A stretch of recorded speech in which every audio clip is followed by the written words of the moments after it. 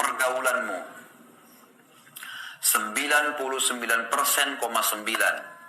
teman-teman sekalian, rumah tangga rusak karena pergaulan. Penyebab utamanya ini. Ibu-ibu banyak teman sama temannya ini suaminya lebih kaya. Ditarik ke retorika kehidupan itu di dalam sini. Suami kita cuma mampu memang belinya begini. Ranjang yang bisa dibeli 5 juta, yang sana beli ranjang 150 juta. Nggak bisa ketemu. Kalau tarik itu ke sini bakal kacau semua, gitu kan? Si laki-laki lihat istri temannya selalu berpenampilan seperti A atau B atau C. Istrinya tidak seperti itu. Dia mau tarik itu ke sini, susah, nggak bisa. Mungkin fisiknya pasangan kita seperti ini.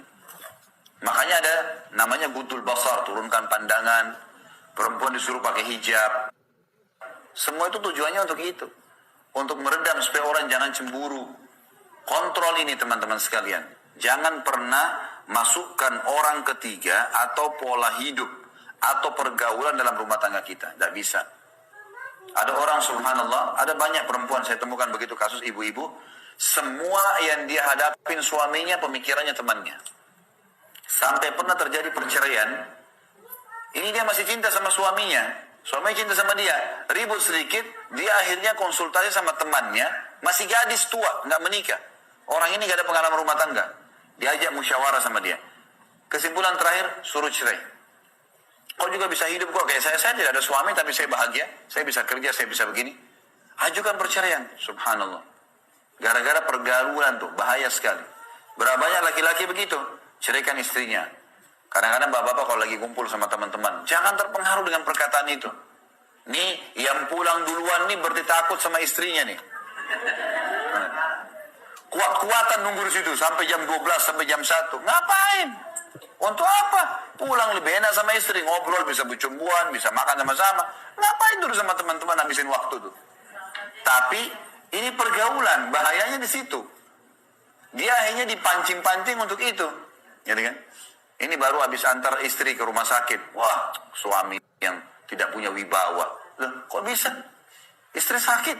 Utsman bin Affan itu tidak ikut berperang loh di perang Badar. Kenapa? Karena istrinya Ruqayyah sedang sakit. Anak Rasulullah SAW sampai Nabi bilang, jangan kau ikut Utsman, urus istrimu. Disuruh istrinya urus. Betul anak Nabi SAW, tapi tidak dianggap aib. Tidak jadi jihad gara-gara istrinya sakit. Bukan aib itu. Kenapa harus kita merasa malu dengan mengantar istri, dengan menemani dan seterusnya?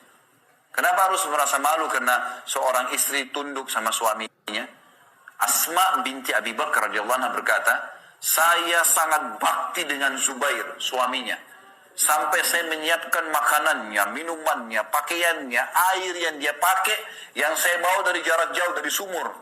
Zaman sekarang sudah tinggal buka keran selesai. Dulu Asma binti Abi Bakar ini memikul dengan punggungnya, bawa air untuk suaminya mandi.